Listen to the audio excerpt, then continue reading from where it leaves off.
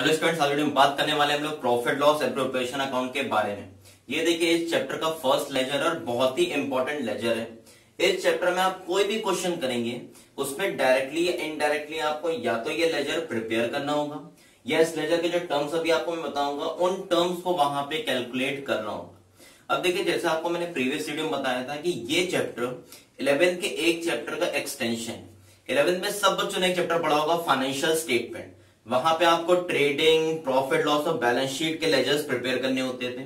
तो वहां देखिए जो प्रॉफिट लॉस का लेजर होता है, जहां पे वो लेजर खत्म होता है वहीं से ये लेजर आपका स्टार्ट होगा। बस वहां पे क्या करना होता था कि जितनी भी देखिए फर्म्स होती हैं उन्हें सबसे पहले कैलकुलेट करना होता है कि आपको प्रॉफिट हो रहा है या लॉस हो रहा है, और उस प्रॉफिट लॉस के लिए जो भी लेजर आप प्रिपेयर करेंगे उसे हम लोग बोलते हैं पीएल अकाउंट।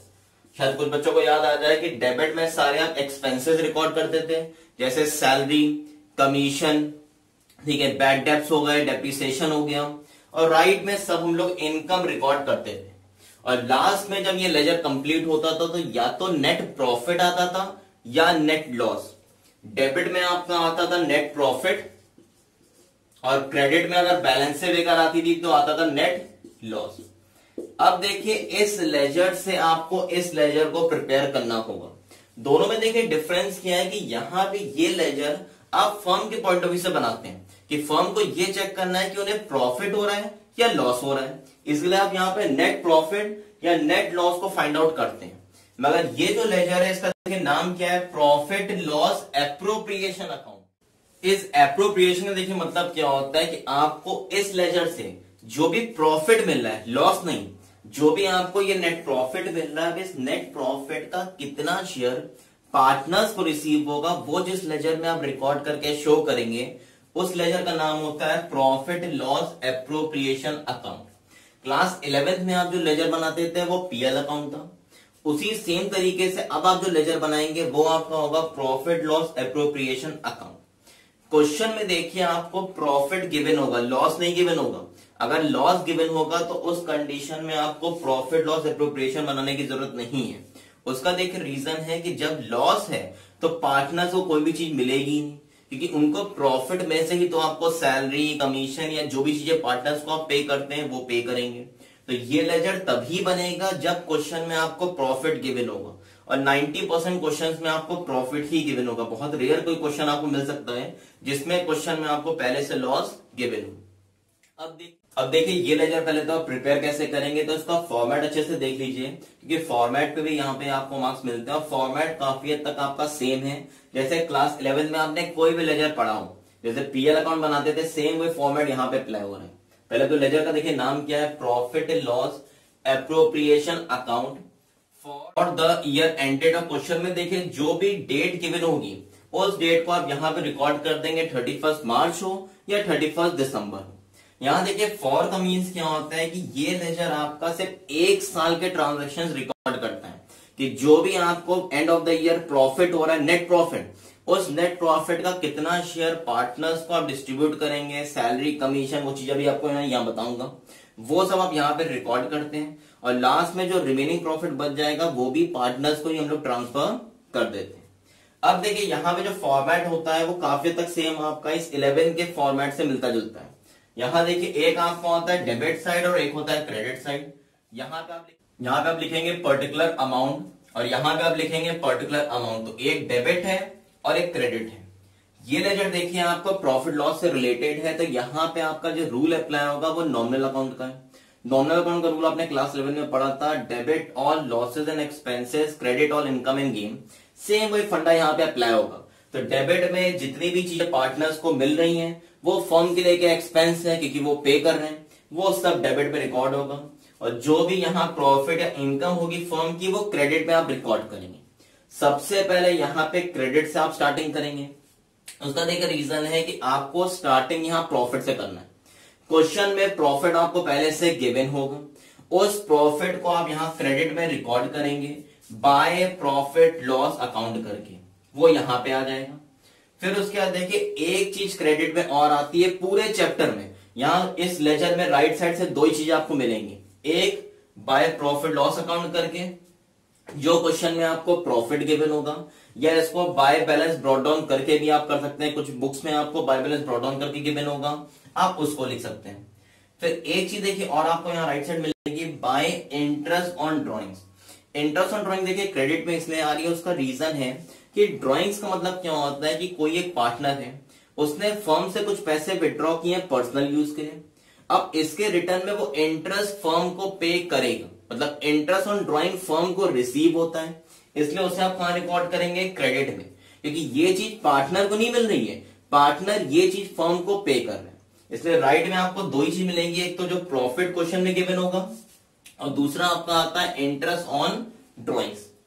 फिर देखिए डेबिट में, अब ये जो प्रॉफिट आपको क्वेश्चन में गिवन है, इस प्रॉफिट का कितना शेयर पार्टनर्स को मिल रहा है, वो सिर्फ 4 पार्ट्स में रिसीव होता है। सबसे पहले जो भी पार्टनर्स फॉर्म में काम कर रहे हैं वो देखिए फ्री ऑफ कॉस्ट तो करेंगे नहीं, उनको क्या चाहिए, सैलरी। अब ये सैलरी भी देखिए इस तरीके से नहीं कि कोई पार्टनर कह रहा है चलो मुझे 10,000 दे दो, मुझे 20,000 दे दो, प्रॉफिट ज्यादा हुआ तो मुझे 1,00,000 दे दो। आपको प्रीवियस वीडियो मैंने एक चीज बताई थी, पार्टनरशिप डीड, तो यहाँ पे उस कॉन्ट्रैक्ट के बेसिस पे जो उनकी सैलरी फिक्स होगी वो फिक्स सैलरी पार्टनर्स को रिसीव हो जाएगी। जितने भी पार्टनर्स फॉर्म में काम कर रहे हैं, क्वेश्चन में आपको सैलरी पहले से गिवन होगी, उस सैलरी को आप यहाँ पे रिकॉर्ड करेंगे। नेक्स्ट देखिए उन्हें मिलता है इंटरेस्ट ऑन कैपिटल। देखिए interest on drawing partner firm को पे करता है, इसलिए उसे हम लोग क्रेडिट में रिकॉर्ड करते हैं। और इंटरेस्ट ऑन कैपिटल देखिए क्या होता है कि जो भी पार्टनर है उसने जब फर्म को स्टार्ट किया होगा तो उसमें कुछ पैसे लगाए होंगे, उसे हम लोग बोलते हैं कैपिटल, और फर्म उसको रिटर्न में इंटरेस्ट पे करेगी। तो इसलिए इंटरेस्ट ऑन कैपिटल फर्म पे करती है पार्टनर को, इसलिए वो फर्म के लिए एक एक्सपेंस है और उसे कहां रिकॉर्ड करेंगे आप, डेबिट में। इसकी भी देखिए बहुत सारी कंडीशंस होती हैं, केसेस होते हैं, जो भी आगे आपको वीडियोस में बताऊंगा कि इंटरेस्ट ऑन कैपिटल किस कंडीशन में कैसे आप कैलकुलेट करेंगे। नेक्स्ट देखिए जो भी पार्टनर्स होते हैं अगर वो अच्छा काम कर रहे हैं तो उन्हें कमीशन भी मिलता है, और कमीशन भी पार्टनर को रिसीव होता है, इसलिए उसे कहां रिकॉर्ड करेंगे आप, डेबिट में। फिर देखिए नेक्स्ट रिजर्व।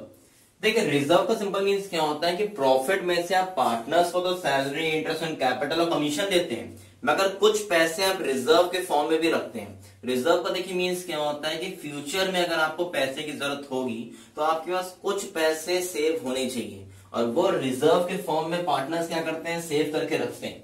ये रिजर्व देखिए किसी पार्टनर को नहीं मिलता है, ये फर्म में क्या होता है, कुछ पैसे आप सेव करके रख देंगे रिजर्व के फॉर्म में, और ये पैसे फ्यूचर में अगर कोई भी प्रॉब्लम हो जाती है, जब फंड्स की रिक्वायरमेंट होगी तब इस पैसे को यूटिलाइज किया जाता है। अब इसके बाद देखिए ये 4 देखिए एक्सपेंसेस होते हैं जो डेबिट में रिकॉर्ड होते हैं, और क्रेडिट में आप ये 2 टर्म से रिकॉर्ड करते हैं। अब इसके बाद देखिए क्लास 11 में जैसे किसी भी लेजर को बनाने के बाद आप उसकी बैलेंस फिगर करते थे, या तो डेबिट में टू बैलेंस कैरी डाउन आता था या क्रेडिट में बाय बैलेंस कैरी डाउन आता था। सेम उसी तरीके से इस लेजर का भी आपको क्या करना होगा, बैलेंस फिगर निकालनी होगी। अब देखिए बैलेंस फिगर में आप करते क्या है कि दोनों साइड की अलग अलग आप टोटलिंग करेंगे, जिस साइड का टोटल ज्यादा होगा उसको आप यहाँ पे लास्ट में बॉक्स के अंदर लिख देंगे, जो टोटल ज्यादा है उसी को दोनों में लिखेंगे।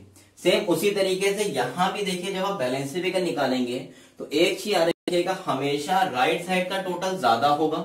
अगर राइट साइड मान लीजिए आ रहा है 10,000, तो लेफ्ट साइड आपका या तो 10,000 के बराबर होगा या 10,000 से कम होगा। आपका मान लीजिए टोटल यहां पे आ रहा है 9,000, तो मैं 10,000 को उठाकर यहां लिख दूंगा, और अभी तक ये जो 4 टर्म्स आपने लिखे हैं, 4 टर्म्स का टोटल मान लीजिए 9,000 आ रहा है, तो इस 10,000 को करने के लिए अभी भी यहाँ पे 1,000 रुपए की बैलेंस फिगर है, वो 1,000 रुपए की बैलेंस फिगर आप डेबिट में लिखेंगे to profit transfer to partners के नाम से, और यहां पे लिख देंगे आप 1,000 रुपए। अब ये देखिए जो 1,000 रुपए आ रहा है इसे हम लोग बोलते हैं बैलेंस फिगर। ये पार्टनर्स को salary, interest on capital, commission और रिजर्व, इसमें से जितने भी टर्म्स क्वेश्चन में गिवन है आपने पार्टनर्स को पे कर दिए, और इसके बाद भी प्रॉफिट का कुछ पार्ट जो बच जाएगा वो पार्टनर्स को फिर से रिसीव होगा। तो अब ये 1,000 रुपए आपकी बैलेंस फिगर है जो आप इस स्टेटमेंट से लिख के पार्टनर्स में डिस्ट्रीब्यूट कर देंगे।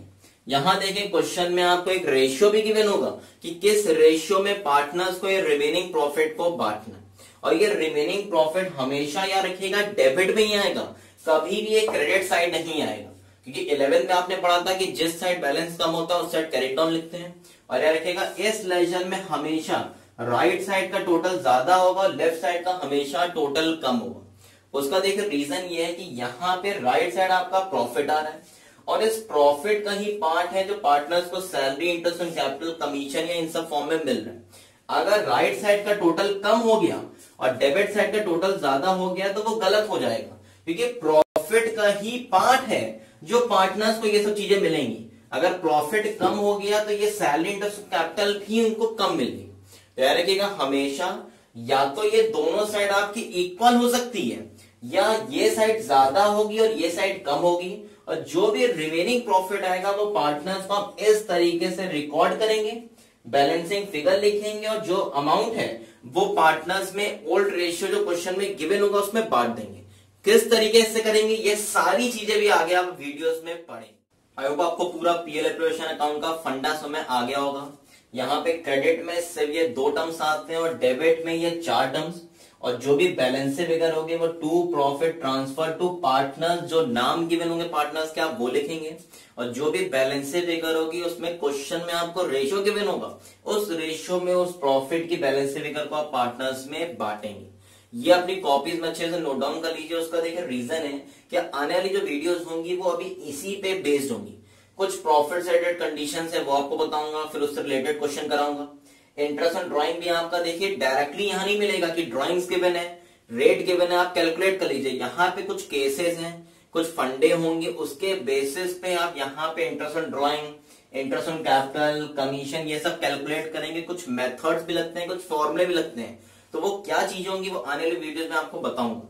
मगर पहले आप इस पूरे फॉर्मेट को अच्छे से कॉपीज में नोट डाउन कर लीजिए। ये लिख लीजिए कि राइट साइड ये 2 टर्म्स आएंगे अगर क्वेश्चन में गिवन होगा, लेफ्ट साइड ये 5 टर्म्स में से ज्यादा नहीं मिलेगा। कुछ भी क्वेश्चन में गिवन हो, इन 5 के अलावा क्वेश्चन में आपका डेबिट साइड कुछ भी नहीं आता है। और इसके बाद लास्ट में जो बैलेंस फिगर करेंगे वो हमेशा कहां पे आएंगे, आपकी डेबिट में। तो अब आने वाली वीडियोस में आपको मैं इसी से रिलेटेड और आगे क्वेश्चंस कराऊंगा कि प्रॉफिट की क्या कंडीशंस होती हैं। तब तक इसको कॉपीज में नोट डाउन करिए और मिलता है नेक्स्ट टाइम पे एक नई वीडियो के साथ।